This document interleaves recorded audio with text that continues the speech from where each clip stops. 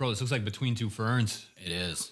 What the fuck is that? Is that what the setup was? Bro, look how many plants are in here. I feel like we should just get more plants eventually. Just a jungle. Call it the jungle. And just rip this. That's a new pod. Welcome to the jungle. And it's just you're in the woods. You only talk about nature. Only nature? Nature only. Give us your best soundbite on nature, Chris.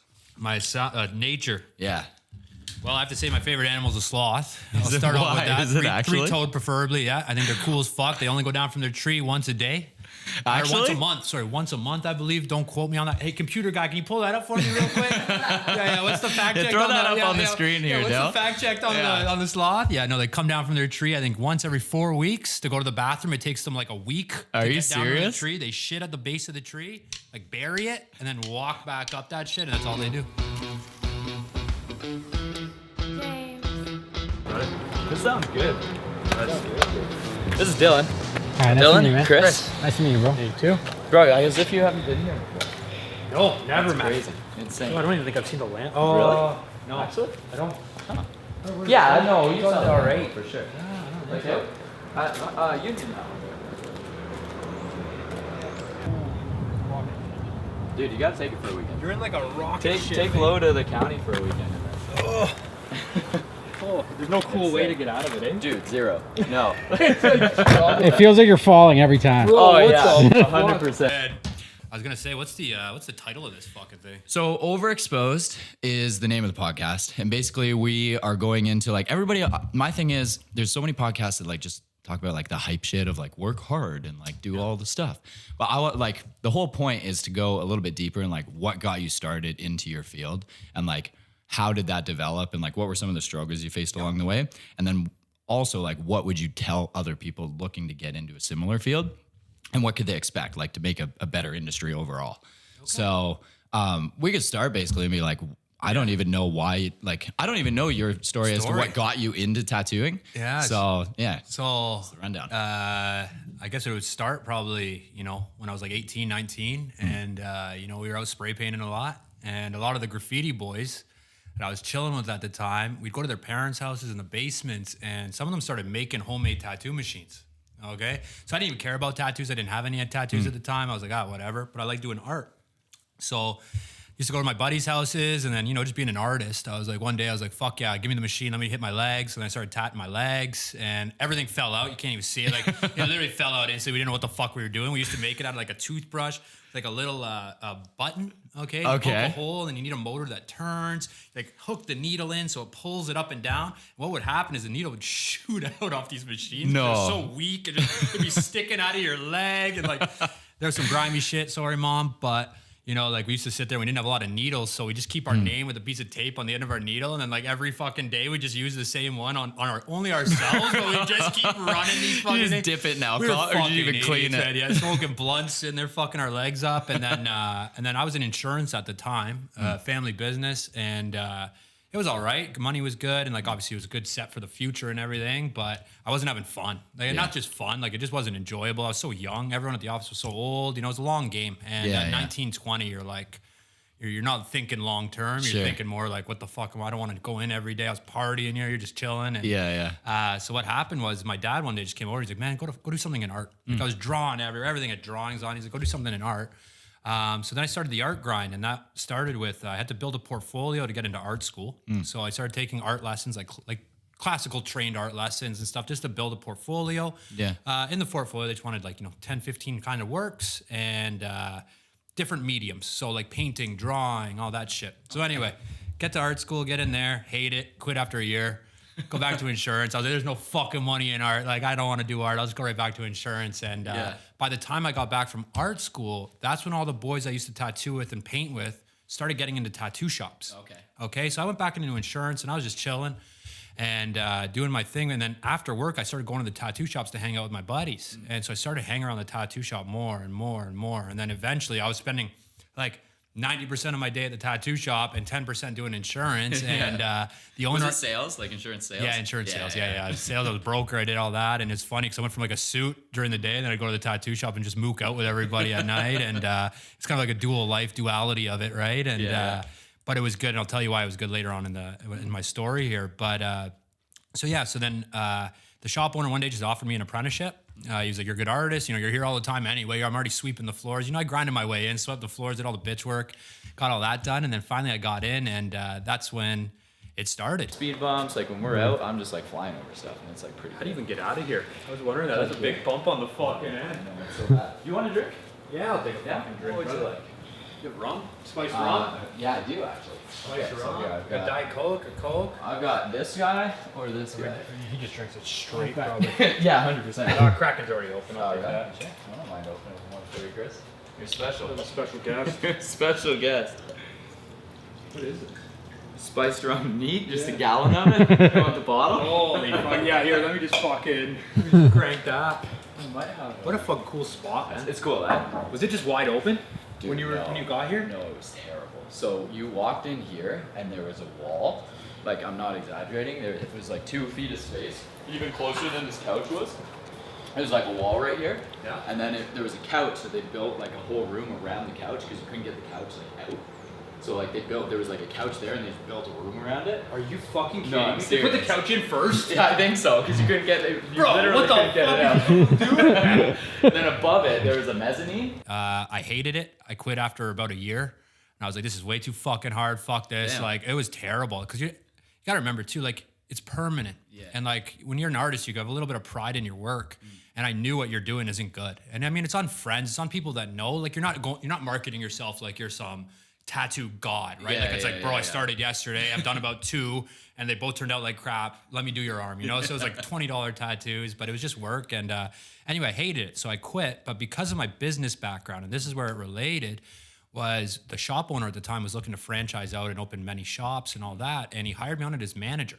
Okay. And at the time, it seemed like I was honestly fucking up and it wasn't going to be like, I was like, oh, I'm supposed to be tattooing. Now I'm making fucking like $200 a week doing this managing job. Yeah. And it's like 6-7 days a week, long hours. Like you're just grinding. Yeah. And, but what it taught me was the back end of shops. So how to run a shop, like the managerial position, bookings, all that stuff. It's not the hardest stuff in the world, but just knowing it really helps. I did 2 years of that. And then I said, fuck tattooing. And I just left the industry completely. I was 20, probably 24, 25. And I left the industry completely. And I worked a minimum wage job at a pizzeria. Are you serious? Because I didn't want to go back to insurance because I knew, I was like, it looks bad. Keep coming and going, right? Yeah. And I said, if I'm going to go back to insurance, I got to do it for real and like do it for a while, right? Do it for the long haul. Like, Sure. when I go back, I got to go back. And what happened is I hated that job so much. And I sat to myself, I'll never forget this, boys. I sat there and I was sitting there and I was like, man, Chris, like, can you do this the rest of your life? And I was like, I think I can. I'll just go spray paint the world and just work this shitty job. Like, fuck owning nice cars, all that shit, whatever. I'll put my dreams to the side, right? And what ended up happening is after 8 months, I was like, I can't do that. Yeah. I'm too fucking motivated for that shit. I can't do that. So then I called the shop owner, and in this time in a year, he went from probably a 5-person shop to like 20 people. Holy fuck. So his revenue was just out of this world. And when I first started, he was very, I skipped over that whole part, but during the apprenticeship, he was very hard on us. He was just, and I don't want to complain too much because I know a lot of apprenticeships are very hard. And, Sure. you're just a bitch for that long. But anyway, when I called him again, I just said, listen, bro, I got some money saved up. Yeah. I don't want to do an apprenticeship. I just want to rent a booth. Yep. Like I got all the stuff I need. Let me just rent a booth. And he said, you know what? I'm not going to let you rent a booth, but I'll let you come back. Oh, no way. So when he took me back, it was kind of one of those situations where I just had to make it. And so I literally bought a machine, sat down, and like he watched me do one tattoo on my leg, and he's like, yeah, you're good to go. Because at this point, he's money hungry now. Because now he's tasted the money. So now he's like, I want as many artists as possible to bring in revenue. So for him, he was like, fuck it, good enough. Like, let's run this. Yeah. So. And were you tattooing at all like during that time when you went away, or you just said fuck tattoos like completely? Bro, completely. But you were doing art still. I was always doing art. I was doing graffiti. Like I was painting a lot. And I mean, it doesn't relate the most to fine art, but it still keeps your brain, I think, going in the artistic movement. Yeah. Right? So. And you probably had a big network of people too that you were like, once you started tattooing, they're like, oh fuck, I want to get tattooed by Chris. From everyone knew I was an artist. Yeah. And it's funny, even when I didn't know I was an artist, everybody knew I was an artist. It was right when I went to art school, I bumped into a chick. Like I'm from Aurora, like Toronto, just north of Toronto. And I went back to hang out with some buddies, and I bumped into a girl I went to high school with. Okay. Not a close friend, no one I kept in contact with after high school. But, we were in the same friend group in high school. So we knew each other as acquaintances. And I bumped into her when we all went out for like a get-together. And I hadn't seen her in years. And I remember she's like, what are you doing now? She's like, I'm so curious. And I was like, well, I'm at OCAD, I'm in art school. And no lie, she was like, I fucking knew it. And I looked at her and I was like, what are you talking about? She's like, Chris, you're always the guy drawing in science class, drawing in math. She's like, you were never doing schoolwork. You were always just drawing. Yeah. So it's funny that you don't realize it, that you're doing it, but it's something you always just did. Yeah. So the art thing came there. A buddy hires you. He just wants to make So bank. then I fake it till I made it. Okay, so pretty much, boys, I just fucking bit the bullet. I sat there every single day, just like, fuck, you got to do this shit, man. You got to do this, Chris. And I just sat there and started ripping out tats. And it was a quick ride up. I mean, if you scroll down my Instagram, you can see like I left all the old pictures up, and it goes from like shitty, like tiny little tattoos, and then it gets bigger and bigger and bigger. And within a year and a half, I think I was doing big pieces. Forgot to mention, side note, at this time when I came back, in the first 3 months I came back for the last time, one of the main artists at the shop quit. Okay, and he's a black and gray artist, so it's exactly the style I wanted to do. And Max looked at me one day and he said, bro, that's the boss, Max. He looked at me one day and he said, Chris, you're taking Jared's whole client book. And this is a 5-year artist. Damn. So I was sitting there tripping. So I forgot about it. I got thrown into sleeves. Are you serious? So I'm sitting there like, what the fuck? I remember me and Max were by the printer, were cutting out shit, fucking pasting and fucking making these sleeves. Like, they're terrible. Like, honestly, they're terrible. They're not the worst, but they're not the best. Yeah. And so we banged out all those. I started banging out sleeves and big pieces. I had to acquire his whole client book. So what happened was it kind of slingshotted me up to the big work. And it put my, like, the tattoo machine in my hand for large amounts of time. Okay. Because I was sitting there and just going. And I remember Max asking me one day, he goes, how much do you want to work, Chris? And I was like, well, when you open. And he's like, Monday to Monday. Like, when do you want to work? And I was like, okay. Like, he's like, the shifts are like Monday to Friday or Wednesday to Sunday, right? Yeah. He goes, there's morning and night. And I was like, fuck, motherfucker, you're going to pay me this much to do tattoos? Like, each tattoo commission, I said, I'll never take a day off. Like, let me come a in morning, here. night, And bro, 7 that's days what a I week. did. I worked both shifts 7 days a week. So I was like, bro, I'm making more in one tattoo than I was making all week at the other job. And that was shit work, man. People were shitting on me. I'm just drawing pictures and making money. And that's probably not like big in the industry, right? I feel like a lot of tattoo artists, at least some that I've seen, I've gone to a few at this point, a lot of them just seem like, if they make enough to get by, they're cool with it, and then they kind of dick around through the weeks. And like, I think like any business, there's a wide variety of things that motivate the person. Gotcha. Right. And I mean, that's the other thing. Like, I talk a lot about money these days and all that stuff, but at the end of the day, it is all about the artwork. And it directly correlates and translates. Like, the better you get at artwork, the more money you're going to make. Sure. So, yeah. Whether that's what's keeping you in the game, but other people are art motivated. Like, I got, coworkers that are art motivated. I got coworkers that are money motivated. I got coworkers that just fucking love it, bro. Like, they live and breathe and love the tattoo industry. They want to know everyone in the industry. They want to know everything about it. And you say that too, and I know you've like turned away more, like you could take on a million other clients just from your name of being out there. But now like you're at a point where you are very like particular about what type of tattoos you want to do. 100%. So unless it fits like your vibe. So yeah, it's one thing to say like, oh, I'm all about the money and stuff, but it's another when I think you're more just about the work of what you want to do. And like how you want it makes it more enjoyable. 100%. Like every day. Yep. And it's kind of like if I got the give her a lighters shake. done. Here, give me this thing. I'll get you. If I got if I got the client, like if I have the clientele that'll allow me to do the work that I want to do, that I want to specialize in, and all that, I don't. That's why I do that, because it's like might as well. That's like saying, okay, I'll do an analogy here. That's like being a garbage truck driver, okay, and so you're sitting there and you're on the back of the truck. Out in the cold, out in the warm, you're fucking slinging bags, slinging bags. Finally, one day they go, you can drive the truck. Okay, now you get to drive the truck. So you finally get up, you're like, wow, it's nice. It's air conditioned. I'm sitting, I'm not hauling bags. And then you have people in the back going, hey, come back and haul my garbage.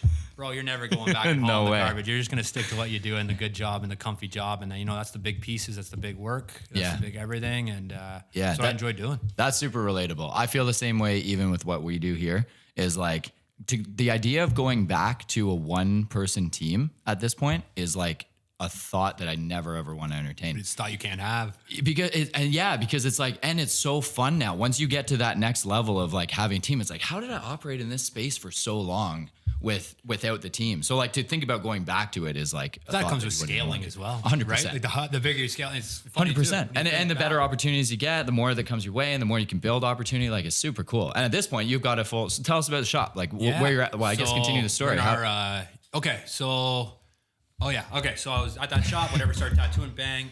Stuff started going well. I was in my first probably year and a half of tattooing full time at the shop. And what happened is the business owner approached me and he said, I want to open another shop. He goes, you're my hardest working employee. You're here all the fucking time. I was like his right hand man. I was making him fucking hand over fist money, right? Yeah. So at that time I was on a 50-50 cut. Yeah. So whatever I was making, he was making, and he wasn't working. Like, bro, it was crazy. And I thought I was making good money and he wasn't even working, right? Yeah. So it's crazy because that was a big risk because I just built up my clientele in Kingston. And I was like, okay, fuck, I'm finally secure. It's been, 8 years of shifting jobs around and everything. And I was like, I finally did it. I'm finally secure. And then it's like, move to Belleville. I don't know anyone in fucking Belleville. I don't know anything out there. I don't have any clients. Yeah. And you have to put a bunch of money in to open this shop. So I signed a really bad contract, which good learning experience. This is the shop you're in now? This is a different shop. Okay. So this was a different shop. It was in downtown Belleville. And Okay. I had a business partner, which was the owner of the shops there. He fucked me out of contract. Fuck. Funny story about the contract though is that when he handed it to me and he's like, yo, Chris, like, here's the contract. Like I read it and I was looking at it. I was like, this is fucked. Like, cause in insurance, you deal with a little bit of contracts. We're not lawyers by any stretch, but you're definitely reading legal wordings and stuff. And I was like, this thing makes no fucking sense. My dad was like, you should get that to a lawyer to firm it up. Yeah. And I said to my dad, I said, in case everything goes squirrely, I think it's better in my advantage to have a loosey-goosey contract to go fight in court. Yeah, because you're yeah. the guy that's making tons of money. Sure. Than to have a fucking binded shut contract, right? I thought my exit strategy would be a lot better that way. So, working in Belleville, I want to give the shop owner some credit, though. I don't want to sit here and just bash him the whole time because without him, he showed me how to open a shop. So he showed me the order of operations, the process, what to do.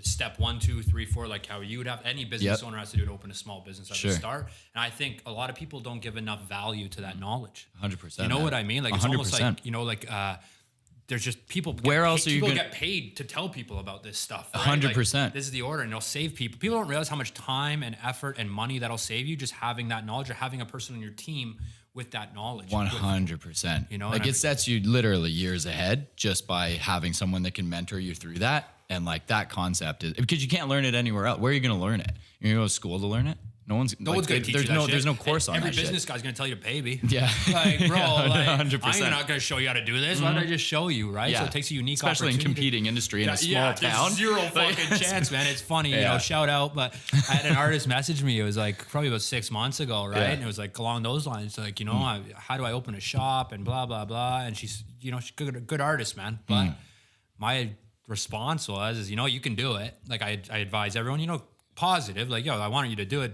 But, Sure. if you want my knowledge, kind of what I said to her was, if you want to open a shop, holler at me and we can talk about a partnership thing going, right? Yeah, But I'm not going to give that up For sure. for free. Yeah, 100%. And like I said, world's your oyster. If you want, go ahead. But I can make your life a lot easier and I'll make you money. Yeah. Like, that's what I've been doing. It's proven. Yeah. And I feel like smart entrepreneurs are looking for other A players as well. Because you get to a point where it's no longer about like competition as much as it is collaborative. Yeah. So it's like, why wouldn't you you can go and compete and everyone just stays at this level, but why wouldn't you come together and build something really fucking awesome and then offer opportunities that you otherwise couldn't get if you just all stayed in your own little zone? So that's been a huge thing for us and just shifting a mentality. So A lot of the time too, they say that, the biggest problem with people that start a small business is they can't let go. Okay, they're too involved, and I'm sure you've gotten to this point with this. dude, thing. I'm a control freak. Man. Yeah, and So it's been so hard.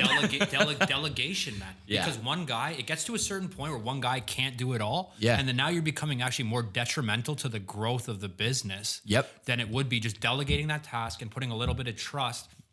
Instead of focusing on all these little tasks, focus on hiring the right person that you can trust for that position, right? 100%. To do whatever you need to do. You become your ceiling. If you stay in bro. that, you're the ceiling. You're the So ceiling. you need to fire. I look at it it's cliche, but you got to fire yourself from certain positions. And if you find somebody whose strength is your deficiency, they're actually going to be able to do it better than you trying to learn that skill rather than you being able to focus on what you're already good at. So there's this thing, everyone's like, oh, I try to make my weaknesses better or whatever. It's that's good. But the better thing would be to just literally focus on your strengths and do what comes supernatural to you.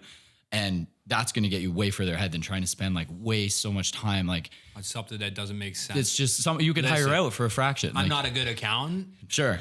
Is it why would I go out there? But you're good at spending money, bro. You're good at making money and you're good at spending money. So that's and I got a good account. I got a good account. But like I said, the amount of time I'd have to put in to be as good as my accountant, shout out account, to be as good as my accountant would be not worth my money. Yeah. Like, it wouldn't be worth my time. 100%, It's better for me to bro. just go out and do what I know how to do. It's exactly what you're saying. Yeah. It's just, why would I learn how to do all this stuff I'm bad at? 100%. I mean, there is stuff, obviously, that Sure. would be good for you, a business owner, to learn. I think you should have a little bit of knowledge of everything over time, but to Yeah. do specific tasks all the time, like, it's always, you need to delegate, you need to hire. Yeah. And you should ask the right questions. I feel like you should know what questions to ask, but you don't have to know how to execute the task. But if you know what to specifics ask, of the task, that's all you need to know. exactly. Just give me the top line. I get it. Okay, I understand enough to ask an intelligent question. From there, that's on you to execute. And I was thankful that my dad, he owned his own company. He owns his own company, and my grandparents, like his parents, owned his own company. So third generation business owners. Yep. Like, you got a same thing in your family going. And what happens is, I found, is like the dinner table discussions, right? There's all that stuff you don't think you're listening to when you're 14, 15, 16. We ate dinner at the table every time, like fucking family. What do you think of that shit, right?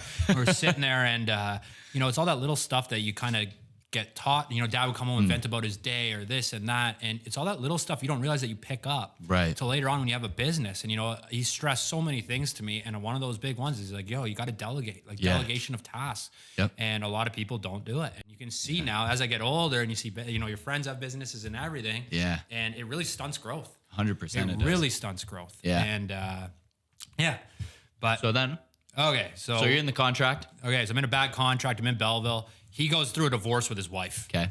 Okay, boys, falls off the fucking map. Like, yo, bro, you would have been a better business partner, bro. Like, fuck, like, you don't even know how to tattoo. Like, I'm sitting there, like, every day I'm calling this motherfucker, like, yo, where are you, Just bro? ghosting? Like, I'm giving you half the money, but where are you, right? Like, I can't be going to pick up supply. I'm tattooing. I'm teaching people how to tattoo. I'm fucking doing everything. Like, where are you? Bro, I'm busy. Yo, I'm doing work. I'm doing meetings. Blah, blah, blah. Doing meetings. Motherfuckers at home smoking bongs, man. Stressing out about life, bro. Like, get the fuck out of here. So, I'm starting to get pissed. And then, so at this time, I was like, listen, brother, like, I called him and I was like, yo, listen, brother, like, I said I'd give you 2 years of my time. And I'm a loyal guy, and I appreciated him getting me in the business. So I said to him, 2 years is up. And this is probably around winter time. So 2 years is up next summer. Yep. So I said, you got whatever, 8 months left with me. I'll make you all your money. But I said in the summertime, we have to have a conversation about the business, like about cuts, business. Like, I need to make more money. Like, if you're gonna fuck off, that's fine, but you're not taking 50%. Yeah. Fuck off. Yeah, There's yeah, no way. yeah. I need to be on a better deal. Yeah. And he's like, yeah. We'll talk. I was like, okay.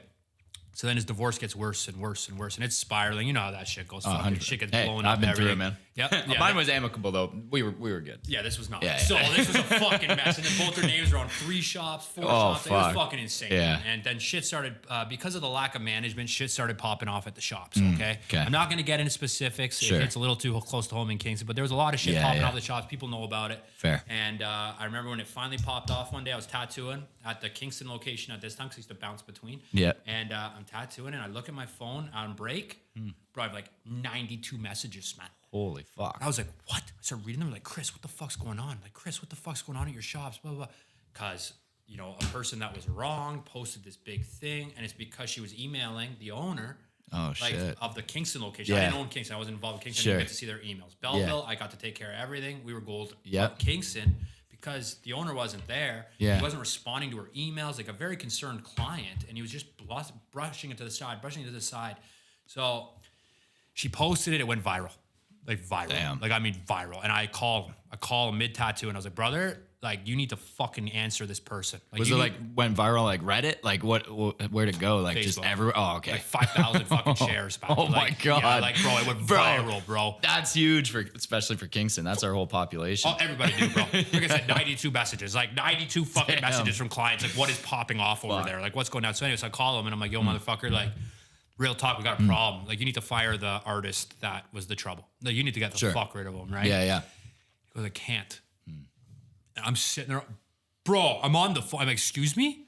Like, do you not see what the fuck is going on? You got a nuclear bomb going off, and you're going, I can't, bro, I can't. He goes, I need the money. And I said, okay, so I said, here's one for you. I said, you either fire this guy today, like right now, or I'm leaving. Yeah. So you're gonna lose your biggest money owner for a guy that makes you fucking nothing. Yeah. Like, like, bro, it doesn't make sense. Yeah. Like, I just had to stress to him like how serious I was about this, because my name, it's my artwork too. For sure, bro. Right? Yeah, and we're 100%. connected with a business, like everything. Like I'm going, bro, this is fucked. Yeah. Like you got to deal with your shit. And he said, I can't. I was like, all right.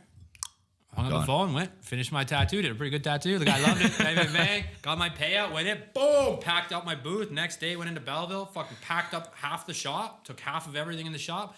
I looked at all these motherfuckers and I was like, yo, I can't solicit you. You know, it's not allowed, but I'm just letting everyone know. I'm opening down the road. You do with that information as you please. Holy fuck, Yeah, I dude. grabbed the printer, and I'll never forget, man. Shout out one employee who was sitting there, and he walks in, just walk in, pissed like a bat out of hell, take this fucking printer, and he's about to do it, like, it's like 9 a.m, his appointment's at 10, and he's just sitting there looking at me, take this fucking printer, and he's like, oh, what the fuck is going on? And anyway, so I had to hustle real quick because, you know, every artist was like, Chris, we don't, like, the other guy's not showing up. Yeah, It's a sinking yeah. ship. This thing's fucked. Like, we're coming with you, obviously. And For there's only sure. 2 other people. It wasn't Yeah. like it was a big shop, 3 other people. Yep. And so that weekend, I didn't get much sleep. It was kind of your grind. I was Yeah. on one of your grinds, Oh, up bro. late. Sleeping in the shop. Yeah. And then so what happened was I was at home and I just said I had to find, I knew the process. So, you know, business license, blah, blah, blah, blah, blah. And then I found a location within a day or 2, like on the Monday. Sweet. So I left on the Saturday. By the Monday, I signed a lease and renovated. And it was 14 days from the day I walked out of the shop till the new shop Bro, was open. that's 'cause fucking I knew awesome. We had to retain the business, man. For sure. Every day that went by, we're losing customers, we're losing clients because we were all tattoo artists. Like there was no one else. Like we had everyone that was supposed to work. We just literally just moved, switched the name, and then so that started my new journey, and that's where I'm at now. You know, Riverside Tattoo Company. We're in Belleville. We started with 3. We're up at 9. Dude, that's I don't know where amazing. the fuck that happened from. I That's literally insane. I walked in on Saturday, and I was just like. Where are you everyone's on the putting phone. everybody? Yeah, so that's why the Remos are going down May 15th. I got to make more booths. So right That's now we're so all sick. crammed like sardines, and I. You just gave up your booth too, didn't you? A little while ago? A couple weeks ago? Yeah, you gotta do what you gotta Yeah. do. And I gave up my booth. But so now we're gonna reno, and Nice. you know, the eventual succession plan's coming to Kingston next year. Yep. So it's just temporary. 4 of my guys already, 4 of my coworkers are already from Kingston. Yep. So it makes sense. We're just gonna split the shop right down the middle. Sweet. Are you going to keep a Belleville location or are you going to? Yeah. Yep, still Cool. gonna do the So 2 Belleville. I'm locations. gonna still split my time between the 2. Yep. And I took you know, one of my coworkers, and we're gonna go back and forth. He's gonna be my eyes and ears when I'm not there. Gotcha. And I'll start running with that. Oh yeah, fuck man. I've been looking for glass partition walls. Okay. For the shop, and I called 4 companies in Belleville. Yeah. Not one of them, bro. They always was like, yeah, the guy will call you in like in a week or whatever. And I've been waiting 2 weeks for this. Just Call a quote, man. Canadian Kingston Plate. You're the second person that said that to me. To Yeah. outsource to Kingston, because like fuck Belleville, man. Yeah, try them. It's, Who's buddy that was gonna do ours that was in Belleville? Jim Carrey. That's a garage door. Yeah, don't they do other glass? Nope, they Oh. just do garage door. Just throw a garage door in yeah. there. Yeah. But All I need is Kingston- 6 by yeah, 6 by Kingston 8. Plate, they'll custom make you any glass you want. Yeah, because I'm doing the renos on May 15th. Oh, And, really? yeah, like Sick. we're taking out all the walls. I need more booths. Damn. So I've just been looking at Crazy. 8 feet by 6 feet, just Cool. panes of glass, just mounted to the ground. Nice. And like I called them and I'm like, bro, like what's the rough cost? Like I know there's like different types of glass, different thicknesses. I was like, I want a 8 foot tall wall, 6 feet fucking long, Yeah. just on the ground mounted. What's your rough cost? I can't give that to you. And I'm like sitting there, I'm like, give me a ballpark. Because if it's like 200K, like I'm not doing it. So, like, I'll save your guy the trip of driving out to me. You can just tell me right now, like 10 under or over. Like let me know right now what the fuck's going on in here. I need 6 of these fucking things, man. That's funny. Driving me nuts, man. What's like the next like big goal, I guess? Like what does like 2-3 years look like for you? So, you know, you always have to have short plans, long plans. So reno the shop. And we're talking business wise, because that's the thing. With, Sure. That's the hard part for me is to balance the business aspect with the art aspect, because it's like, How do you do it? Like what are like it's all I knew. Yeah. Since I got in the end, like since I opened a shop, you know, out of the 6 years I've been tattooing full time, 5 of them I've owned my own shop, which is fucked. Like honestly, there's probably old school OG tattoo guys right now. Like I'm gonna murder this motherfucker. Like fuck them. But like they've been bro, doing the in a shop work for like 20 years and never kind They're of like, ventured out. after a year, he opened a shop. Yeah. Like, hey, but fuck, we're here now. We made it work. So what could you say, right? Like, fuck, probably better than them now. Trial anyway. by fire. Fuck those boys. So anyway, so my succession, like my future plan is get to Kingston, and we'll see how that goes. I mean, one thing I'm very wary about is expanding too fast. Okay. Okay. Just because in the tattoo game with your coworkers, and I call them coworkers because they're not employees. Yeah. Okay, they're all contract workers, and I hate when people call people that work at their shop employees because they're not. Yeah, yeah. They're not, and I think it's actually at a detriment to them calling them that because they're not, man. They're contract workers. If they want to say fuck off, Chris, I'm leaving tomorrow. Yeah. They're leaving. Dude, that's the biggest flex thing that I can't stand with like a lot of industries. I think construction does it. Media and marketing does it a lot. They have contractors that work overseas, and you'll ask them, how big's your team? And they go 35.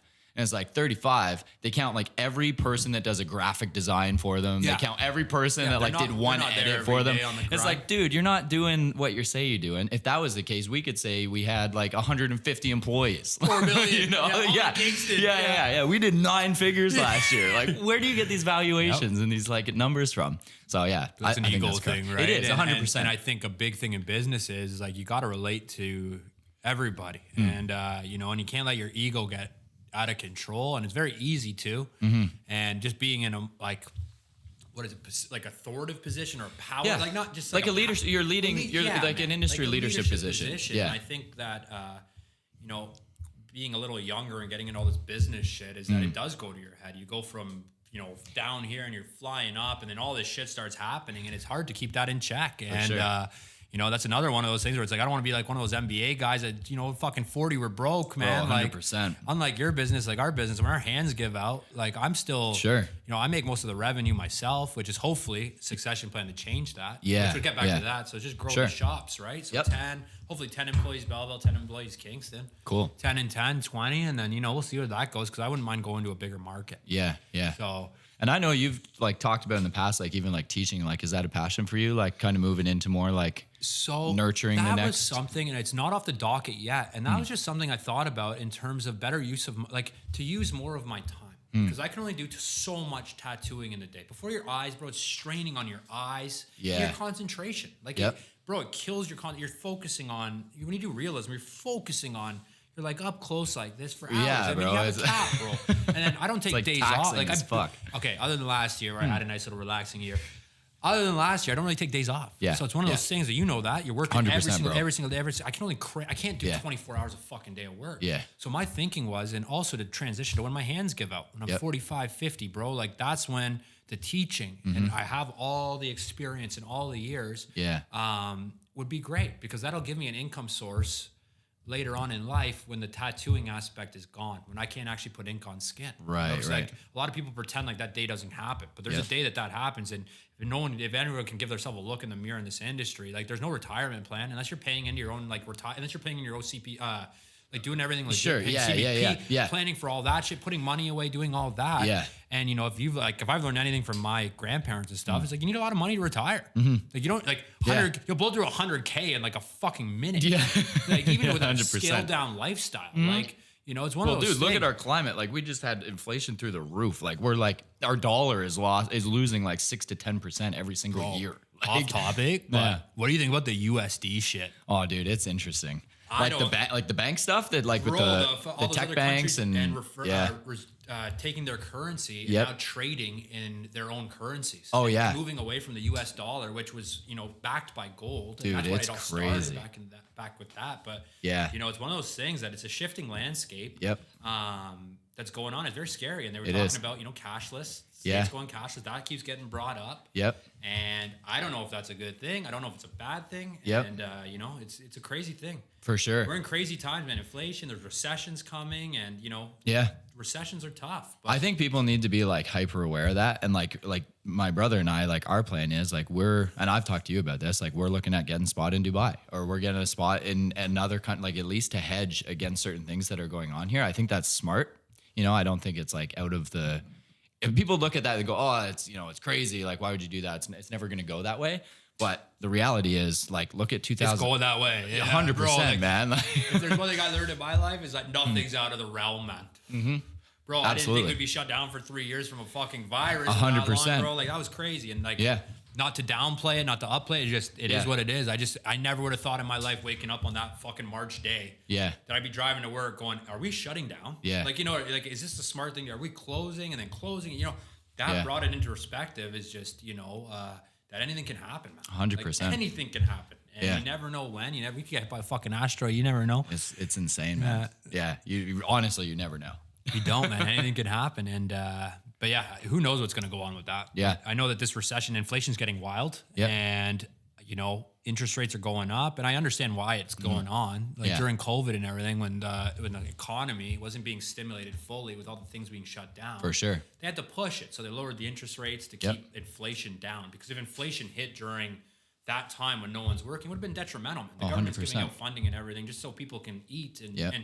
continue their semi-normal lives. Yeah. So I understand. It's funny because we got through COVID. People didn't realize you're gonna have to deal with the financial backlash Yeah. now. So 100%. tighten up, do your thing, and then we'll get through it. It all comes in cycles, 10-year cycle. Fuck. I'm excited. Like, to be honest, I look at like the next like crash or like next '08 is like the best position to be in if you didn't over leverage yourself over the last couple of years. If you over leverage Recessions yourself, make millionaires, baby. dude, the Recessions wealth make doesn't millionaires. disappear. The money's not going away. It's not like somebody just burned it up and some alien came and fucking took it out of the earth. It just transferred hands, like it's moved. So if you can get in the way of wherever it's moving, that's what we did with James Media. Is like, I realized right at like the start of the pandemic with COVID, everything was going to move to digital.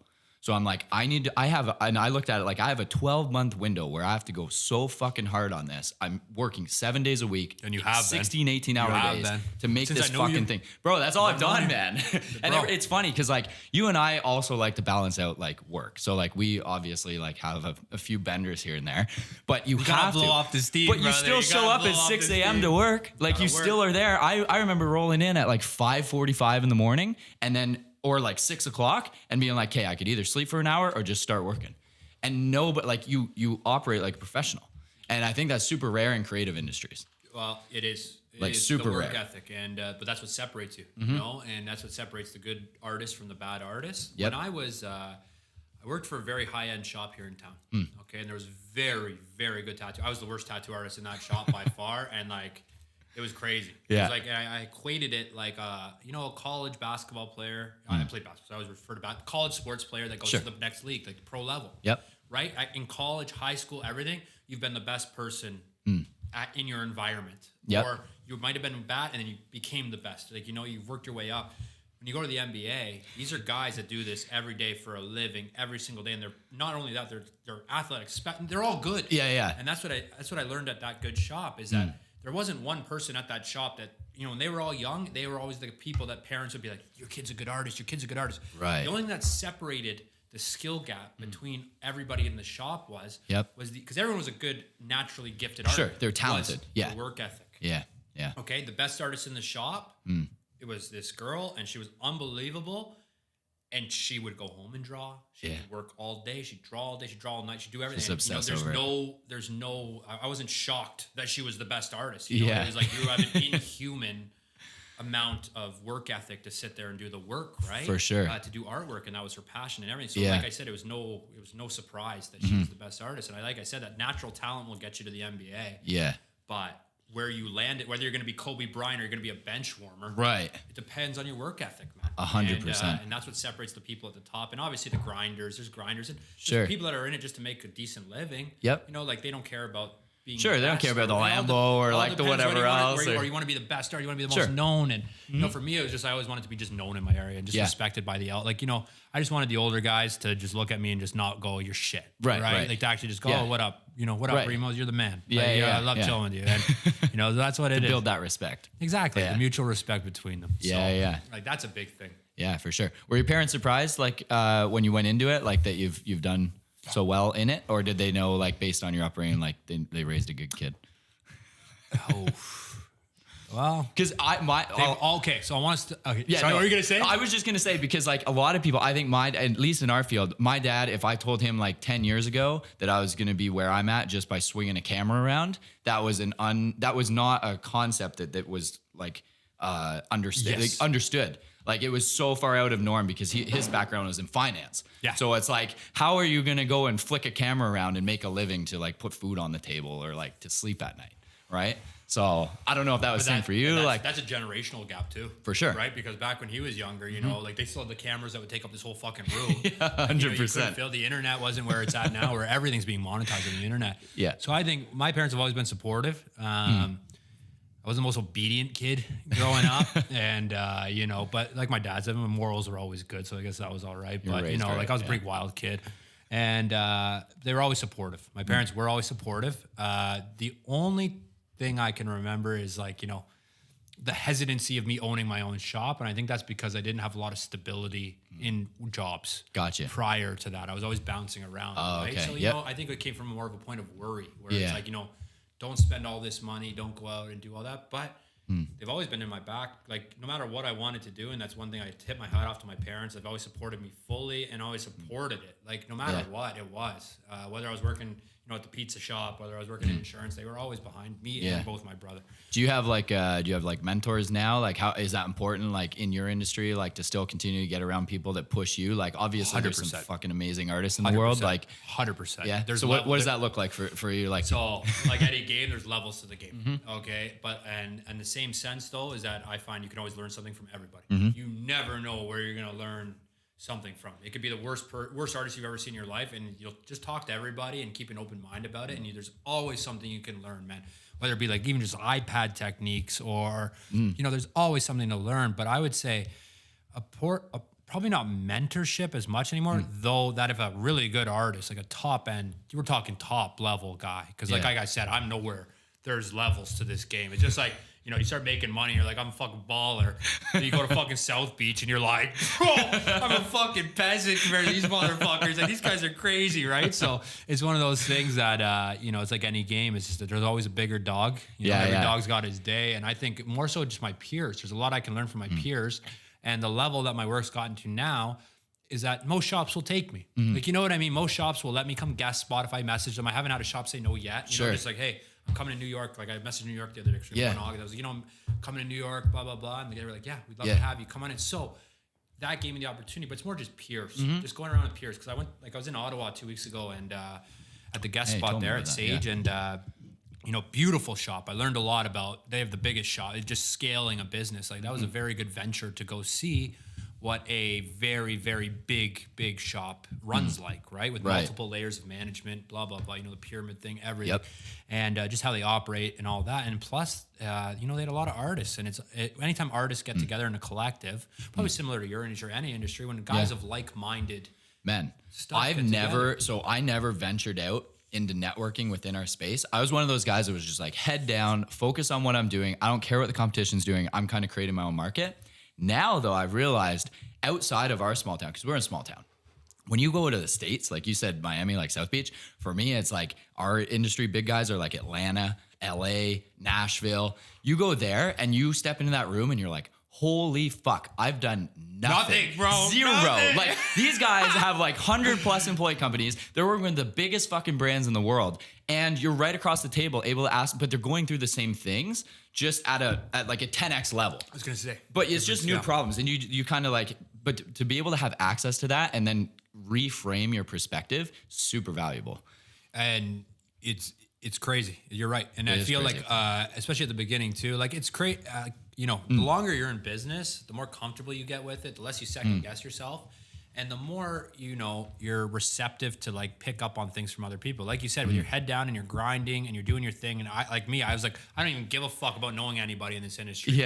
One, I'm in Belleville and Kingston, small towns. Like, bro, no motherfucker from fucking, you know, the top artist in LA is not gonna be messaging me fucking coming to get tied. Like, bro, I don't give a fuck about these people. But for sure. It hits a certain point where, you kind of start looking and, you know, you're looking at them now, not like gods anymore. You know, they're becoming more human. And as you grind up the ranks, you kind of do that.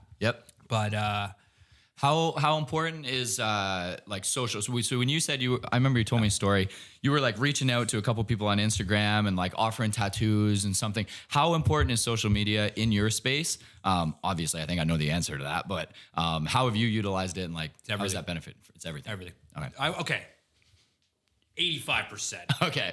85% of everything I would say is socials. And the base skill set and then everything. Once again, the old guys are probably sitting there like, fuck this kid. But, you know, it is what it is. It's a marketing world. As you know, it's an internet world and you got to keep up with the times. You know, you got to keep up with what's going on. And what's going on is like, you know, the next generation coming up, the young kids, like, you know, in our industry, you have to be 18 to get tattooed without parent permission, blah, blah. We're not getting, whatever. So 18 plus, right? Yeah.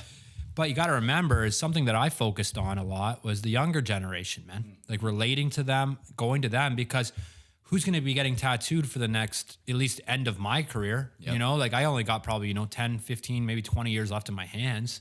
So I only need to know the next, 1 or 2 generations. And then by the time they're all done getting tattooed, I'm out of the fucking game anyway, right? So it's one of those things where I think social media is huge. Yeah. Not for just, you run a marketing company. Yeah. Like, my girlfriend's marketing and she's opened up my eyes a lot to the marketing side of things.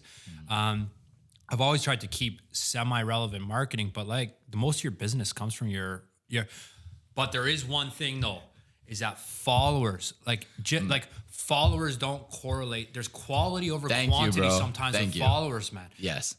I want fucking 10 million followers. Sure. Don't get me wrong. Like, boys, I would take that all fucking day, okay? But like, it's one of those things that I see guys that have 100K followers, whether they're botted or real or whatever they did to market themselves and get to that point. My hat's off to them because that's a hard feat. Even if you did a bot, you have to know where to find the fucking bot. If anyone knows, hit me up. No, I'm kidding, but no, you need a bot. Like, to get to that point, it takes something, right? Or like the right opportunity, getting posted to a big page. Yep. But you go on their pictures, you ask them, and I'm like, are you booked? Yeah. And they're like, booking 2 weeks out. So there's a difference between followers and business, just like there's a difference between fame and money. 100%, bro. You can be famous, but if you're not broke as monetizing fuck. your fame, Yeah. you're broke, man. Yeah. And That's been my big thing. So our big thing in the whole like marketing space, especially in like e-com or like any type of like product-based business, is like these guys that are like just pushing like getting followers. So when we compete for jobs, like managing a social media account, there's lots of people that go in and they're like, oh, we'll get you 50,000 followers. And to a local company, they go, holy shit, 50,000 followers. That's half the city. There's a half the fucking city.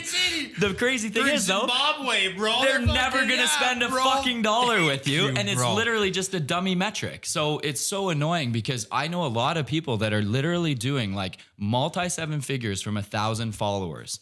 Those followers are business accounts that they service weekly or monthly or annually, but they're generating a shitload of money out of those accounts that are following them. And then you got others that have 100,000 plus that make, $100. They do like a shout out to some brand that they're because no one's looking at their content. It's insane. And so yeah, I agree with you 100%. And it's another thing is like with the follower numbers, there does come a point, and that's where I'm at now, where I'm like, I want to start marketing better. Because it's hilarious that people think followers are just going to come. Yeah. Okay. Like I've been on Instagram a long time. Yep. Between graffiti accounts, everything. I know the algorithms now. Back in COVID, I was so bored. I wasn't working. I had 3 months off, and I didn't grow it massive, but the growth rate I was working at I started a graffiti account, and I've been doing graffiti 15 years, and so I got decently good at it. I'm not gonna say amazing. I got decently good, and I painted a lot, and I had the money from tattooing to fund it, so I could fund this crazy thing. And I took an account within 1 month, and I got up to 2,500 followers. That's amazing, and that was real people. But that was work, every day. And I said to everybody at the time, I just said, I could grow this huge, and these are real followers. I could grow this huge because I figured out what to do on Instagram. And it correlated really well with graffiti, but not with tattooing because they're not actual people that are going to spend money on you. Right. But it was a good way to get a following. But it comes to a point, that's what I was getting to. It comes to a point where it looks better. Yeah, for sure. So at the beginning, it doesn't matter. And I always said, as long as I'm booked, Yep. I don't give a fuck what that little number at the top says, right? Yeah. But there comes to a point where it's marketing. Yeah.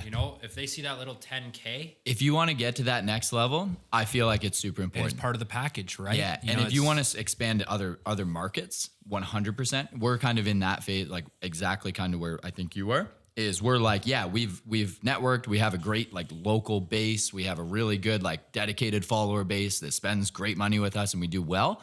But in order for us to compete at this next level, we have to start to actually take that a bit more seriously and build that out. 100%. Which is why we're doing stuff like this and like being able to build a your network reach, and build your reach 100% on multiple different platforms, multiple different things. Don't make it hard for your customers and just fans, people. Don't make it hard for the public to find you. Yeah. I'll get you a price before the end of the day. On they give you a per square foot price. That's what I was, bro. It's hard. I was sitting there, and it's such an easy pane of glass, 6 feet by 8 feet. Bro, just tell me. And then they'll know, how thick does it need to be so it doesn't break. Yeah, exactly. Bro, I thought it was pretty straightforward to be honest with you. Yeah, do you want thickness of like a shower door or like a Yeah. And then options as cheap as fucking possible. As long as it's see-through. I Are just you need doing frosted or see-through? see-through. You Yeah, see-through. see-through. Yeah, So yeah, I it's got. just tempered glass. I ordered tracks. Like you know they have at the hospitals. Yeah. The fucking curtains. I Oh, did that yeah. with black curtains. So Oh, each booth dope. is all glass, and if there's a private person, you just pull the Then you curtains, pull but you it can through. tuck them back, so it leaves the shop like Oh, open. dude, so you get natural light all the way through. Yeah, all the way through, and just That's like it awesome. opens it up. At the shop I guest bought in Ottawa 2 to 3 weeks ago did that, Really? and it looked so good. Like Yeah, the glass sick. partition walls, and I was Sick. like, fuck yeah, like Yeah. I would run that. Like, Yeah. that Then looks you really can go good. smaller booths without it feeling like closed Too in. clamped, exactly. Yeah. See through, everyone can still see each other, and even like if it's too expensive to do the full wall, even a half wall, some of the booths had, they still look good. Oh, and then at yeah. the front, then they'll do the full walls at the front. And I don't even need it right to the ceiling. Like that's Yeah. what I mean. It just has to be floor mounted. Yeah, Up. yeah, it doesn't need to be sound. Glass business must be going well. They're not calling anyone Yeah. back. Fuck me. Like We're in they the must wrong be making- Yeah, they business, must be Chris. making hand over fist fucking money, man. Jesus Christ. Yeah. You know, and that's the other thing. Don't hide in a little nook. Yep. Right. And I think a lot of that too is you know, there's like a stigma, I think, that comes with posting online, because there's a lot of people, you know, that put out, I don't want to say too much because sometimes it works, but you know, they put everything out there. Yep. And it's hard to go from just your normal day-to-day life to actually putting yourself out there on the internet. Yeah. Because, you know, in the back of your mind, you're like, who the fuck's seeing this? You know, blah, blah, blah. And then you got your, you know, boys ragging on you. You got, Bro, especially in a Bro, small town, like you know, bro. Me, you're the dude. only one taking sexy face pictures. Bro, and posting we're them, like- bro. Yo, we get chirped up. and the crazy thing is everybody thinks it's a flex. It's like, it's not a flex, man. It's like, it's literally just growing your business. Like, attention is a currency. And I don't think people really understand the next couple of years how important that's going to be. If you don't have a network in this digital age, you are going to be like a nobody. Nobody. Like, literally a nobody. Are you gonna And send out mailers? yeah, yeah. Hey, bro, like tick the box, mail it back to me, and I'll get you in for a tattoo. Thank Like, you. fuck off, and you can man. only meet so many people in person, right? So like if you can maximize your reach by building out some why wouldn't relationships, you? why wouldn't you? Thank you. 100%. You'd be Why doing wouldn't you yourself leverage a it? disservice Yeah. by not taking that opportunity. And 100%. you know, I hope they don't hear it, but I'm crazy to me that Instagram does not charge. Yeah. Bro, does not charge business accounts for doing that. Yeah. The amount of business I get over Instagram, Yeah. it's crazy to me that that's a free platform. As much as everyone bitches about algorithms, this and Sure. that, whatever. Bro, Dude, it's that is a insane. crazy platform that if you market yourself right on it, the world's your fucking oyster. And where else, what other time in you know, the history of humans, Yeah. I can message Justin Bieber. Like, he might not fucking read it. But bro, that'll be sitting in his DMs. Like, go back fucking 50 years. You gonna message fucking Elvis? Yeah. Like, bro, your letter's not even gonna get there, bro. Like, you know what I mean? Like, bro, it's not even gonna get there. It's internet and technology has made everything more available, more ready, and it's put it in everyone's pockets and in their hands on their phones, man. Yeah. There's So- no excuse now. Like it's crazy. There's Bro, zero thank excuse you. to be able to like build something of value. And the only thing that I've seen is like people didn't realize how cheap that attention was a couple years ago. Like when Facebook was first and like Instagram was first, like kind of popping. It was the fitness industry when the fitness thing was big, like Gymshark and all that stuff. They like leveraged that because before you could only get celebrities and you'd have to pay them $1 million to rep your shit. Well, now you've got somebody with 100,000 followers and you just send them some samples and you're like, oh fuck, now you've just reached 100,000 people that are gonna That you are might get vetted. shares off there. Yeah, It's because better- they have a relationship following. with the And person. so remember when you said like I went around and that was that one day like you referenced to where I was messaging and I didn't pick the 1 million follower people, but I said to myself, I was like, you know, anything under 50K, they probably don't have a social media manager. Right. So they're going to be running their own Instagrams because once you start getting into higher numbers, whatever, I know, bro, you're just $250 a week. Yeah. They're delegating that shit. 100%. Like they're not even reading your messages. man. Somebody in Philippines. Unless is you have a like, little nah. blue check, they're not even fucking opening it, right? 100%. So, but in the lower end, which is still, you know, even if the person has 10K, 20K, dude, that's almost 20 more valuable. to 20K you. eyes, and those are probably realer followers, other than, you know, if you go fucking, a big superstar. Obviously, Sure. your brand's gonna blow fucking huge. Yeah, But or go on a reality show. Yeah. You never know. But you know, so it's one of those things where, oh my god, bro. I lost that one. You lost it. Yeah, it's one of those things where if you can leverage it, it's gonna impact your business in a way that you otherwise couldn't. Bro, so I yeah, got so you. 10, I got you 20K back. followers. So I messaged them and I just said to them, yo, let me tat you for promo.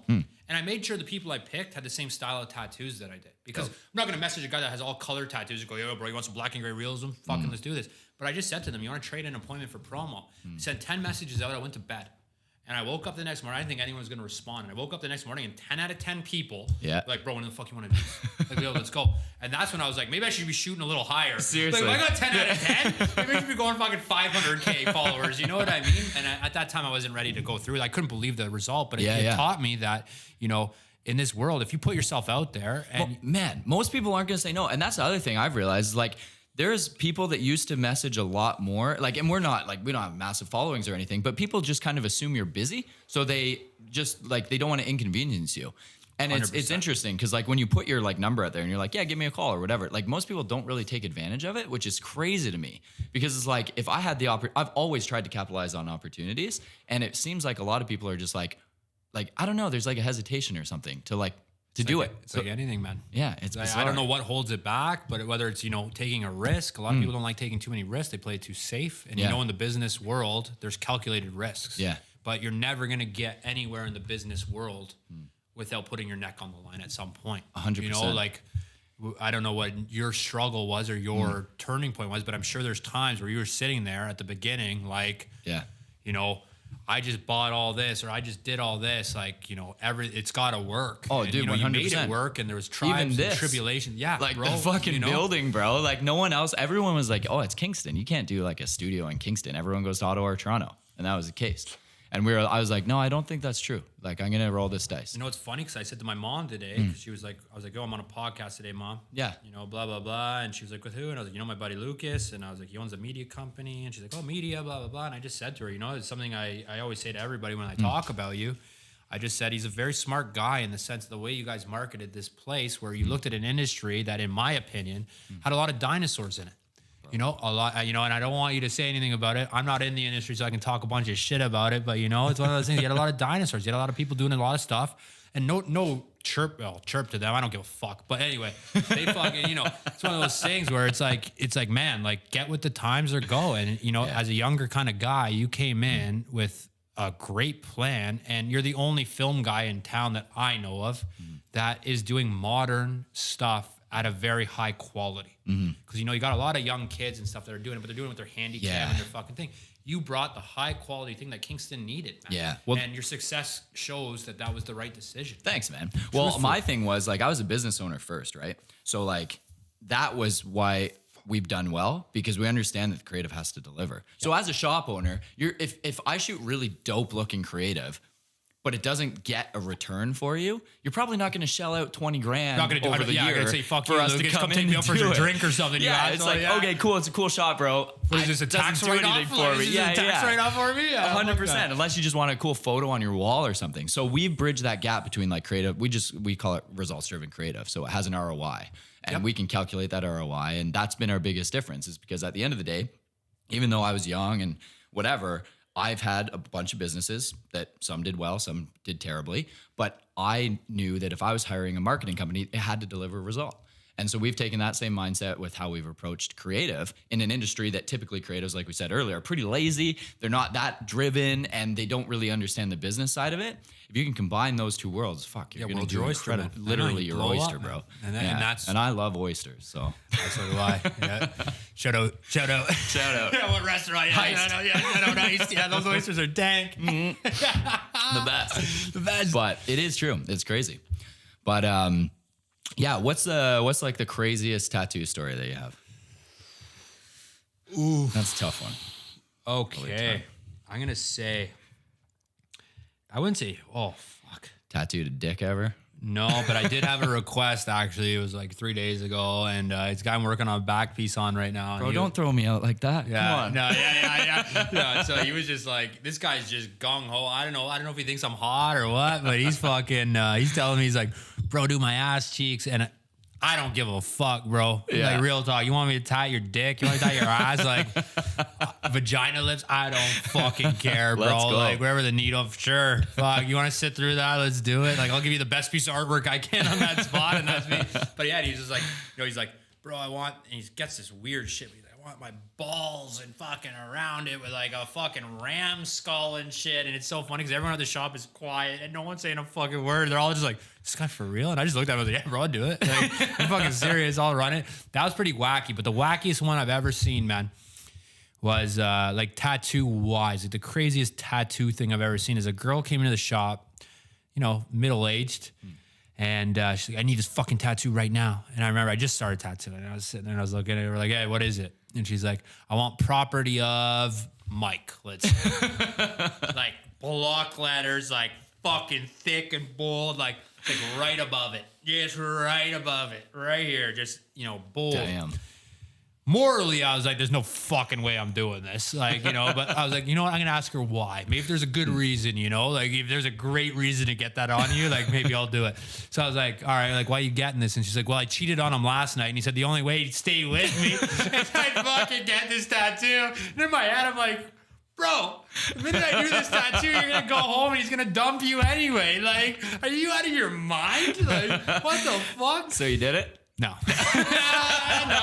I didn't. At that time, I wasn't spending as much money, so I didn't need it as much, Nice, right? Yeah. nice. Today That I would have wasn't done the it. travel year. Yeah, today 100% I would have done it. Yeah, no problem. $2,000. Let's go. Yeah, I see it.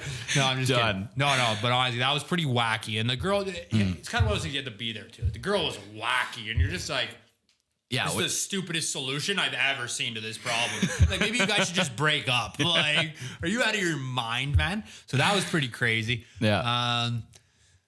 Other than that, I mean, honestly, it just shows like tattooing is one of those industries you think it's so vast and so different. And I mean, I'm a black and gray specialist, but I do the same 25, 30 things, reworked, redone, different ways, but it's the same stuff. It's Right. crazy. As unique as it is. Yeah. And you can do unique pieces of art, like, you know, but it's the same imagery over and over. So it doesn't get that wacky. And I was blessed where, you know, other than shop dramas of like, you know, coworker stuff, it's been pretty chill. Yeah. There hasn't been a lot of craziness. I had a guy one day try to fight me at the front desk because he missed his appointment and he came in a week later. Like literally just no-showed an artist, came in and he's like, bro, I'm going to fight you. And I'm looking at him like, brother, like I'm not fighting you in here. Are you out of your mind? Like I'm tattooing, bro. Like, are you out of your mind? Like, what are you talking about? Like, you're out of your mind. So there's like little wacky shit like that happens. But, other than that, it's been pretty steady. I think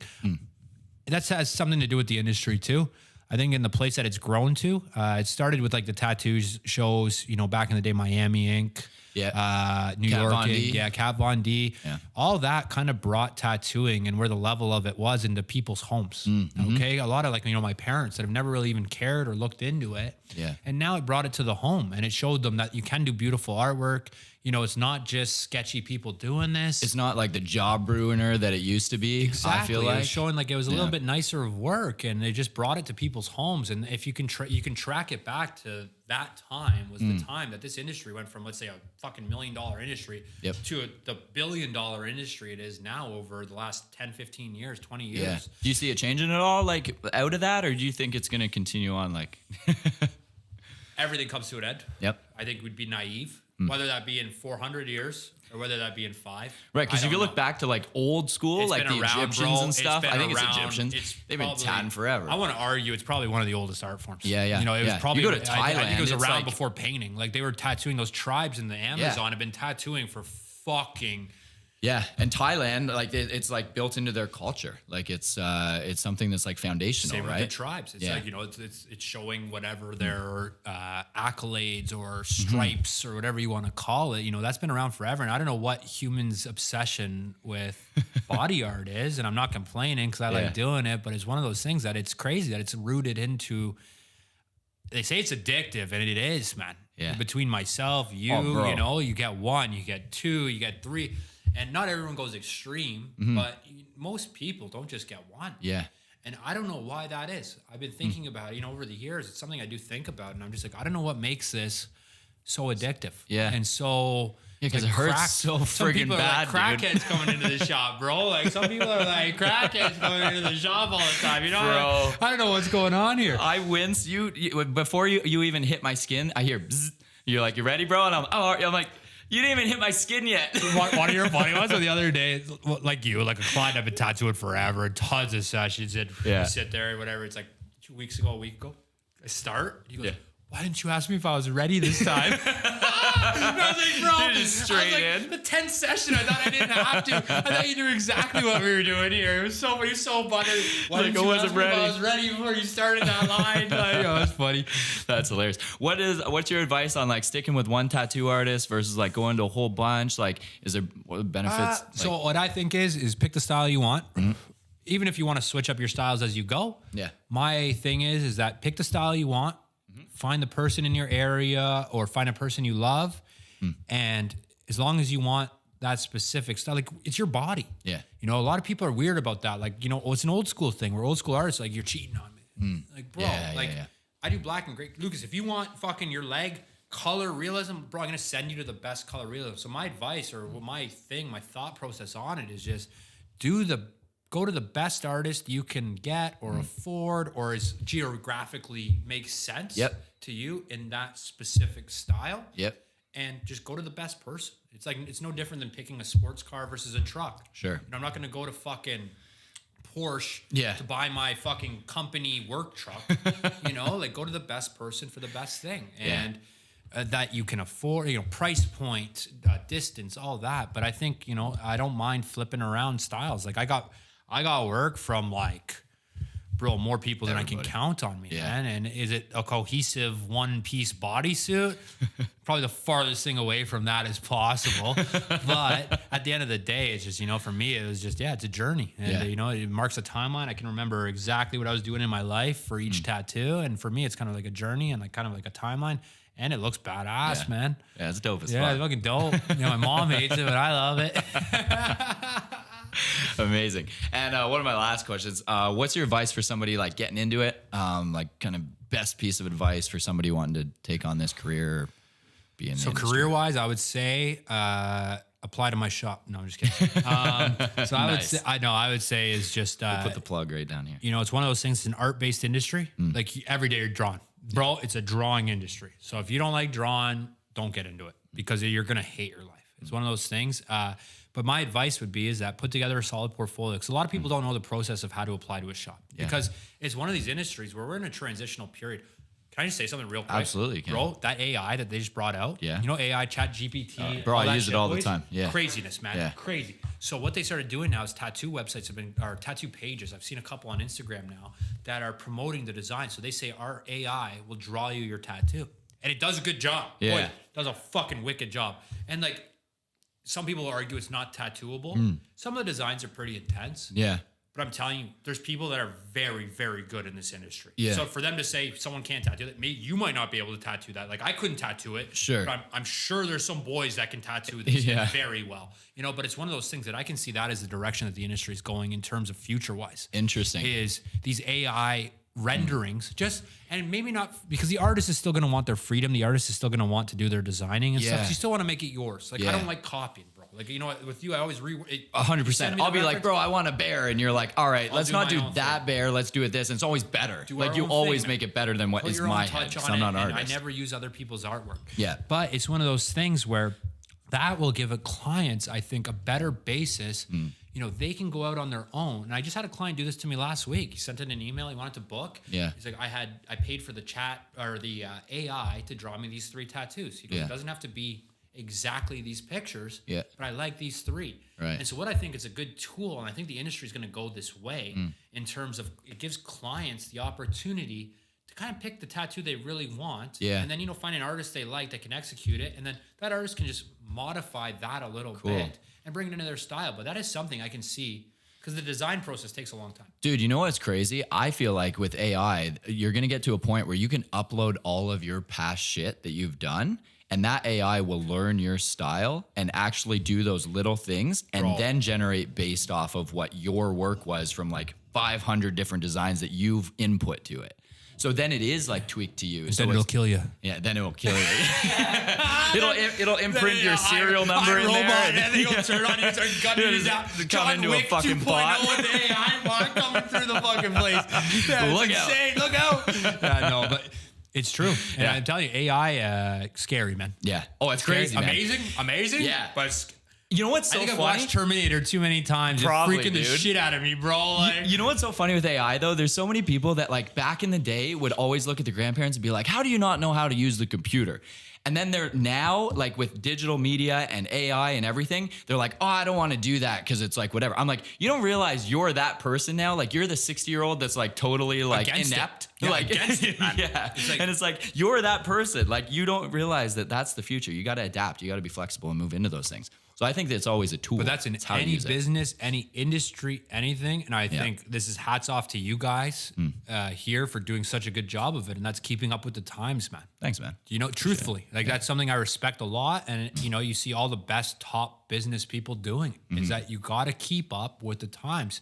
And, you know, my girlfriend does a very good job of it, Yeah. of, you know, being consistently. I've just being with her, I've learned so much, and day to day, just, you know, when she comes home and she's like, oh, this TikTok trend, because it's not stuff I'm looking at. Yeah. Like, boys, this is not stuff I'm looking at all day. I'm tattooing all day, doing all that.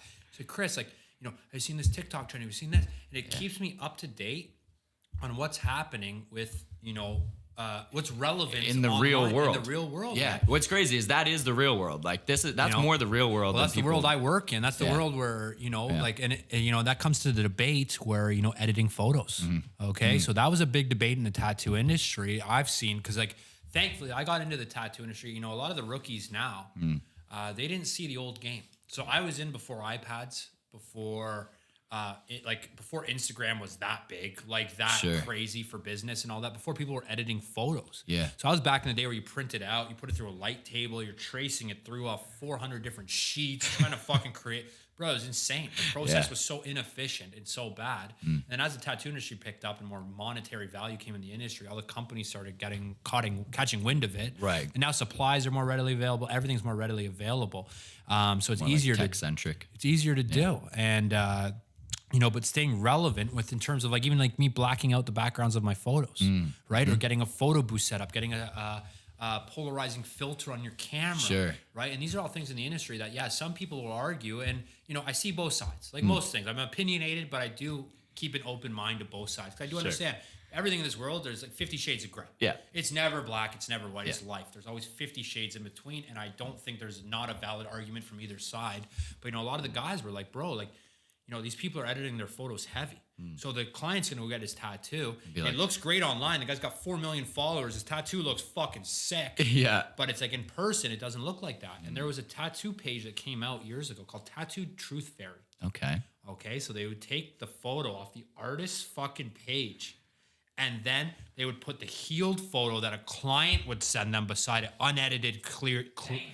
Then they'd expose them? Bro, I wish I had this on my phone. I wish I had it. It got taken down. The page got taken down. No but way. I'm telling you, boys, it was exposing at that time. So 10 years ago, 8 years ago, it was exposing the best people in the industry Yeah. for editing. But Damn. it's one of those things where it's like, it would be like a model not wearing makeup, Right. bro. Yeah, a lot of Like- these like Instagram girls you see, and you meet them in real life, and you're like, you almost don't recognize them. And there's other ones that actually look better than in person. better, yeah. But it is across the spectrum. Like it's, and I would say it leans more towards it looks way different than normal, or like I would say worse or less. What I always go with is like that. Like, you know, if you're in a photo lineup like the cops do for fucking picking you out, and like 6 of you are wearing makeup and one of you isn't, like guys or girls, like, you know, one of you has haircut and is done up and has filters and everything. Sure. Like, or 6 of them do, and then you're the one person that doesn't have any of that done. You're gonna stand out like a sore thumb. It's marketing. sure. It's 100%. fucking visual. It's Yeah. dude. It's just how it goes. Like, Yep. you can argue me, oh, natural beauty or this or Yeah, that, or yeah. tattoo should look. Bro, I don't care. When you edit that picture and the blacks go black. So what I try to do is, at least for me, is I say this to Lauren all the time, and I go through and I make sure, like, I edit my photos a tiny bit, in terms of just to get the better lighting, Like getting But some I'm redness out of it, maybe. Exactly. Like, yeah. You know, like, but not to the point where it's like you see some of this stuff. But the only reason I do even that little bit is because I can't sit there with a guy that's spending 6 hours on fucking Photoshop. Yeah. Cranking his little fucking sliders, blurring the fucking edge. Bro, there was a time where motherfuckers were taking the picture. You know the picture I mock up? Yeah. And like putting it transparent and laying laying it it over on. the tattoo, bro. Like I'm going, there's not one needle mark in that fucking thing. Like, how did you get this buttery smooth thing? It makes no sense, man. So to compete with them, like I said, you have to have a certain. It would be like not wearing makeup in a lineup of people that are wearing makeup. You know, it's one of those things where you just gotta kind of. I think it's coming away from that, and everyone's starting to edit more. My pet peeve though is when everyone black and grays their pictures. Fuck you, black and gray in your tattoo picture. Get that shit. Get some color. Show some redness. You know. So I try to keep it true to my clients in a sense where it's gonna look exactly like it's gonna look what it looks like in person. And I'm not the best photographer. I could probably hire you guys. Because I'm not the best photographer. 'Cause like that's what it is. But that's the next step. Is like that's what comes down to marketing. Well, I think that's cool too, because the referral side of that, as well as like people that see your work and you're actively doing it a lot, you're gonna obviously see that if someone's coming to you that had a friend that like went to you or did work with you, they're gonna see how that healed, and that's gonna represent your product the best. So, and as much as I say Instagram's like our shit, or social media, even Facebook and websites and stuff, but it's one of those things where, I found later Instagram helped me earlier in my career. Now it just gives people a platform to message me on. It's just easier to find me. Gotcha. Okay. Because it's one of those things where I get a lot. Because now after 5-6 years, tattooing, 300 tattoos a year, 400 tattoos, whatever the fuck it is, like probably more, probably 500 tattoos a year. Yeah. And I've got a bunch, and we're in a small town. Yeah. So I've got a bunch of tattoos built up walking around in the wild. And you know how big of a conversation point tattoos are. oh, bro, everybody always asks me Bro, about they mine. stop you, bro. Yeah. Like everyone stops you. Oh my God, where'd you get that? Blah, blah, blah. Yeah. Word of mouth is still huge in this industry. Yeah. And it's one of those things where I do get a lot of clients on word of mouth as well, but Instagram gives them the easy Access. Easy access. to the fucking artist, right? And Got it. the other thing I think it gives you is I'm surprised actually there's no place like that collectively took good tattoo artists, like a website, let's say, like they have for I can't remember the industry, but there's an industry where you can go to like let's say Michelin stars. Yeah. So they're going, this restaurant gets our Michelin star approval award. Yep. It's the best chef. And you're going to go down their list and you're going to go, boom. I'm surprised someone hasn't come in the tattoo industry. I don't have the means. I don't have the know-how. I'm not going to fucking build websites, nor do I fucking give a fuck. But it's one of those things where I'm surprised nobody yet has come out and done that and just made a big list where, Kingston, Ontario, you got fucking... Here's your top, here's whatever. For each style. Yeah. Boom, boom, boom, boom, Which is boom. funny. They do it for a lot of industries. There's like your lot, top man. 3 or whatever. It's something top 3 in like every city. And there might be some out there. but I don't think they I ever just do haven't it for a seen it. tattoo. I've never seen a tattoo what I'm saying. category. If they do like, have it, they're not doing a good job of making it, like bringing it to everybody. Yeah, yeah. Because, it's one of those things, I've never seen it. Do they have like the dirty? Like the Yeah. dirty? For all the ones that are shit. Tattoos? Chirp tattoos? I make 6 burners account just to chirp everybody. Yeah. Fucking James Media. Just writing chirping bad reviews the whole time. reviews on fucking everybody. That's exactly what I'm going to do. I start James Amazing. Media page when I leave here. Ambush it. Just Yeah, I'm going to start just negative reviewing everything in town. I think it'll be awesome. 1 star. Amazing. Is there anything else you want to talk about? Bro, this has been awesome. Yeah, I think it it's has. super like insightful. What are we going to fucking talk about? The Artemis mission. We're going to the moon, boys. We are We're going to back to the fucking moon. That shit's insane. No, I want to. I don't know if we've been to the moon, dude. I don't think we've been There is yet. one thing I want to talk about. Yeah, what and you want to that's, talk about? We good on this guy? Yeah, we're rolling. Okay, cool. Sweet. We ran out of film. Killed the other cards. That's good though. Okay, so but just in general, it's one of those things where I saw it was on Rogan, and I saw this very interesting thing that he brought up where he was like, man, like everyone thinks Elon Musk and Jeff Bezos are the richest people in the world. Yeah. like singular person, right? Yeah. That's not even close, man. Oh, dude, not even close. Bro. Yeah. It's like they're the richest people that report their fucking income, Dude. Like, bro, Do you know what BlackRock is? No. Okay, so BlackRock. So there's a company going in Kingston, just in Loyalist. It's Umicore. Okay, so Umicore is about a $4 billion plant they're putting in here, right? So they're building this. They build EV batteries. Okay. So BlackRock has basically, I believe it's about 7 people that sit on their board, and BlackRock. Guess the value of assets they have under management. Just take a guess. They're Kingston based, like where are they? No. Like So worldwide? BlackRock, they're worldwide, but Okay. BlackRock owns like Pfizer. Are they openly traded on the stock market? They own everything on the stock market. They own Umicore, which is based out of somewhere in Europe. I'm gonna give the most uneducated guess right. ever, and I'm gonna go with like $1 trillion. More. Keep going up. Keep going up. 3 trillion. Keep going up. So now we just passed the Saudi prince there. Yeah, Okay. keep So we're going up. gonna go to 50 trillion. Keep going up. Shut the fuck up. Sorry, did you say 50? 50. No, so 16 trillion. BlackRock holds 16 trillion under management. But get this. Is that even a number? So Amazon, right? Everybody goes, oh, Bezos is the highest shareholder of Amazon. So there's two groups. There's BlackRock and there's Vanguard. Vanguard hold 51% of Amazon. Jeff Bezos isn't the highest holder of Amazon. See? It's insane, bro. Bro, the amount of accumulated And who wealth, are these man. guys that own Vanguard and BlackRock? There's a couple front-facing guys, but who fucking knows? Who knows? The back idea. end of everything. So when you look at it and you see it's like all these companies that are all, it's trickled. Life is a pyramid. Everyone's always like, oh, a pyramid scheme. It's like this, a pyramid scheme. Oh, this or that, it's a pyramid scheme. Shout out. Dude, life is a pyramid scheme. It's literally like everything's a pyramid scheme. Like you look at any company, you have a CEO, you have Bro, we this, learned it in everything grade trickle 11, down. fucking whatever class that was, where it's, your employment pyramid. Yeah. You need layers of management Yeah, that yeah. go down. Work your way to the top. And you just keep the pyramid gets bigger and bigger, and your expenses just go up. Like that's all I see. It's just your expenses just keep 100%. going Your up. problems get more like brutal and your expenses go up. And it's crazy, something with the growth of the business is something that it's crazy that your role changes as, let's say, the lead or the captain. As every layer of management you actually get farther removed from the work you started doing. 100%. Do you know what I mean? It's one of those things where you become like, if I have 20 people, like 20 contractors working under me. Yep. I'm actually more of a management role. You're hardly doing this than I am anymore, of a bro. fucking tattoo artist. Dude, the last shoot that I did was like weeks ago. And actually it was months before that. And it's not because you're not working. Your workload has just changed. Your man. description is complete. Your responsibility list has completely changed. And this is where it's interesting because everybody shits on like people that are like, wanting a career.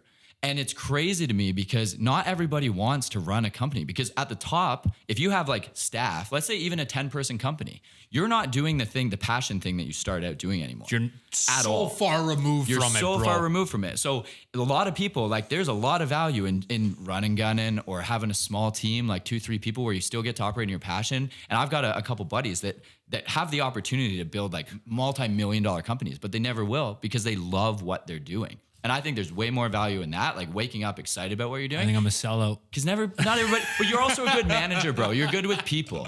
So like if you're good with people, I think you should step into your that calling, because there's not very many people that can do that. And I think you as Chris can create way more opportunity in your industry because you also operate with like a lot of integrity in what you do. And you're always trying, like for your client and your staff, you're trying to give them the best.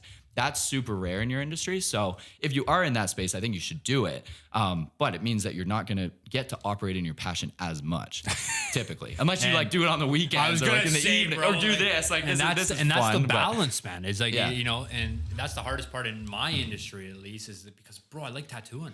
Like, Yeah. it's not like, Yeah. I know I've talked a lot about the business aspect and the side aspect, but at the forefront, like, It's the art that got you bro, into I it. care about my artwork. I'm an artist. Like, I Yeah. love my artwork. I want to be the best artist possible. And I found the hardest thing these days is managing. Bro, there's so much, as you know, Yeah. bro, renovation, we got this, we got this person's having a bad day. This client, Bro, you're a therapist, you're a counselor, putting you're out like fucking fires. And then at the end of the day, I 100%. still have to sit there and produce artwork every day. And it's 100%. like, it's wild, man. Yeah, like our scheduling, like we did our morning meeting this morning, and it was like my schedule is ridiculous, bro. It's like that, but that's the majority of my time right now is just project management. And I don't really get to create. So it's been awesome doing like the James thing, because now it's like I get to step back Creative into a creative outlet. role. Yeah. And it still has impact on the business. So you kind of like can, with where life's gone and where the world's moving, you can still operate in those spaces, I think, but you just got to be Because a it bit more relates creative to with each it. other too. Like it'll Yeah. coincide with each other. You hope so as anyway. Well, Yeah. if everything goes smooth. Yeah. And, yeah. But yeah, dope, bro. How are we doing, Dylan?